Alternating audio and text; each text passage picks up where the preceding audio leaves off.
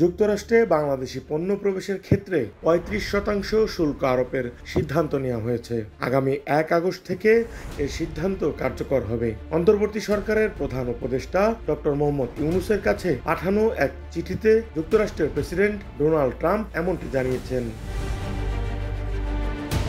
একই সঙ্গে এই শুল্ক আরোপের ঘোষণার পর বাংলাদেশ যদি পাল্টা কোনো ব্যবস্থা নেয় তাহলে শুল্ক আরও বাড়ানোর হুমকি দিয়েছেন ট্রাম্প।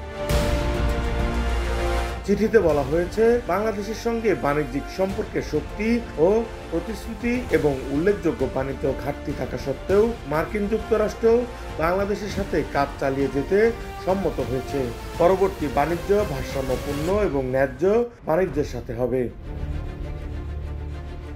বিশ্বের ১ নম্বর বাজার মার্কিন যুক্তরাষ্ট্রের অর্থনীতিতে অংশগ্রহণের আমন্ত্রণ জানিয়ে চিঠিতে জানানো হয়, বাংলাদেশের সঙ্গে যুক্তরাষ্ট্রের বাণিজ্যিক সম্পর্ক নিয়ে বহু বছর ধরে আলোচনার পর মার্কিন প্রশাসন বাংলাদেশের শুল্ক এবং অশুল্ক নীতি ও বাণিজ্য প্রতিবন্ধকতার কারণে সৃষ্ট দীর্ঘমেয়াদী এবং স্থায়ী বাণিজ্য ঘাটতি থেকে সরে আসার সিদ্ধান্ত নিয়েছে।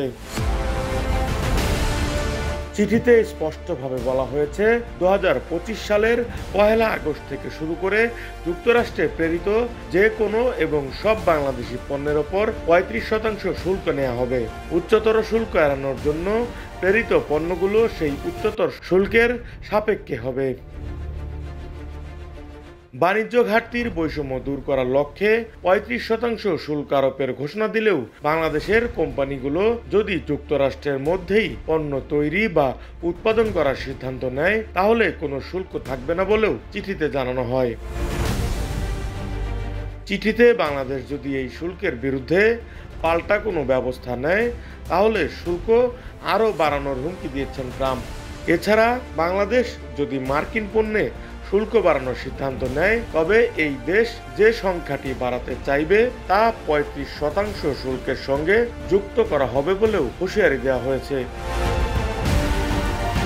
মার্কিন যুক্তরাষ্ট্রে পূর্বের বন্ধ থাকা ট্রেন্ডিং মার্কেটগুলো খুলতে চাইলে এবং দেশের শুল্ক এবং অশুল্ক নীতি এবং বাণিজ্য বাধা দূর করতে চাইলে এই চিঠির একটি সমন্বয় বিবেচনা করা হবে বলেও চিঠিতে উল্লেখ করা হয়েছে। এর আগে গত এপ্রিলে বাংলাদেশি পণ্যে ৩৭% শুল্ক আরোপ করেন ট্রাম্প, যা গত ৯ এপ্রিল থেকে কার্যকর হয়েছিল। তবে বিশ্ব অর্থনীতিতে টালমাটাল পরিস্থিতি সৃষ্টি হলে এসব শুল্ক ৩ মাসের জন্য স্থগিত করেন তিনি, যা আগামী ৯ জুলাই শেষ হচ্ছে। এর আগেই নতুন করে বাংলাদেশি পণ্যে ৩৫% শুল্ক আরোপ করলেন তিনি।